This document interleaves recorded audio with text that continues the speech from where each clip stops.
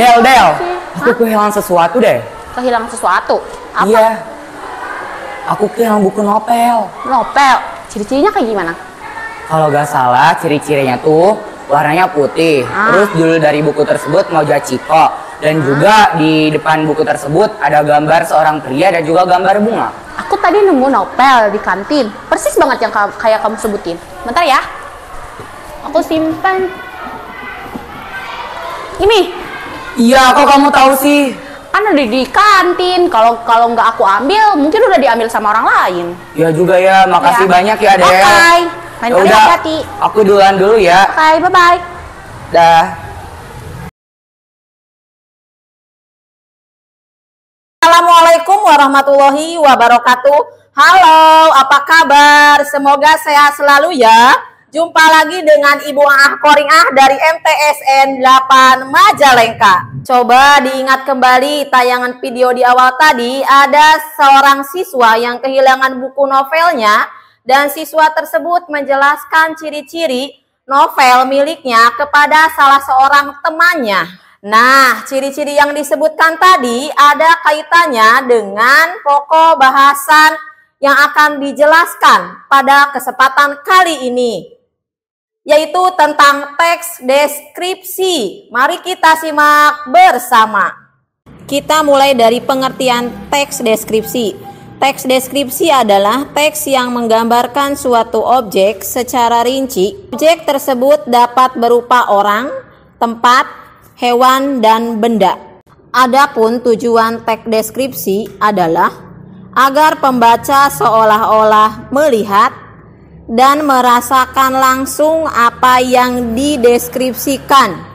Berikut ini ciri-ciri teks deskripsi. Teks deskripsi memiliki ciri-ciri sebagai berikut.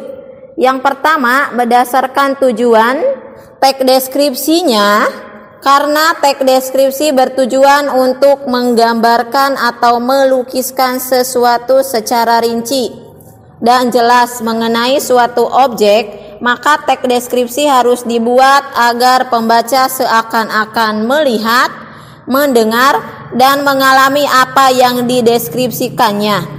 Ciri yang kedua, berdasarkan objek yang dideskripsikan.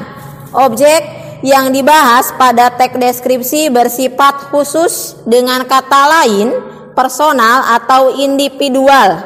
Kemudian ciri teks deskripsi berdasarkan isi teks deskripsinya, yaitu isi teks deskripsi harus menggambarkan secara rinci, jelas, dan lengkap objek yang dijelaskan.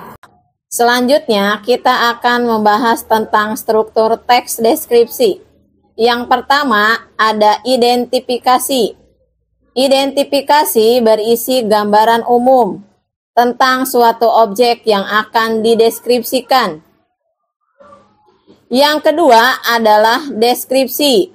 Deskripsi merupakan bagian berisi rincian atau penjelasan terperinci, disertai gambaran yang jelas tentang objek. Dan yang terakhir merupakan penutup.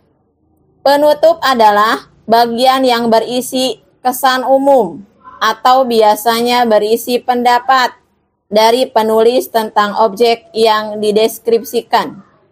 Setelah mengetahui struktur teks deskripsi, kita akan beralih ke ciri kebahasaan teks deskripsi, yaitu 1. Kata konkret.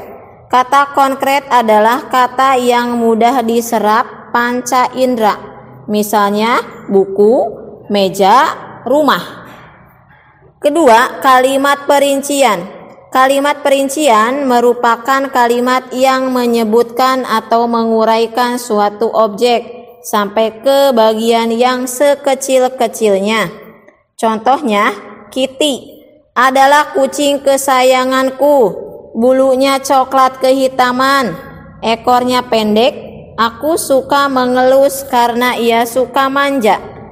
Setelah memperhatikan dengan seksama, kalimat-kalimat tersebut telah menggambarkan objek secara detail. Ketiga, kata sapaan. Kata sapaan adalah kata yang digunakan untuk menyapa pembaca atau pendengar.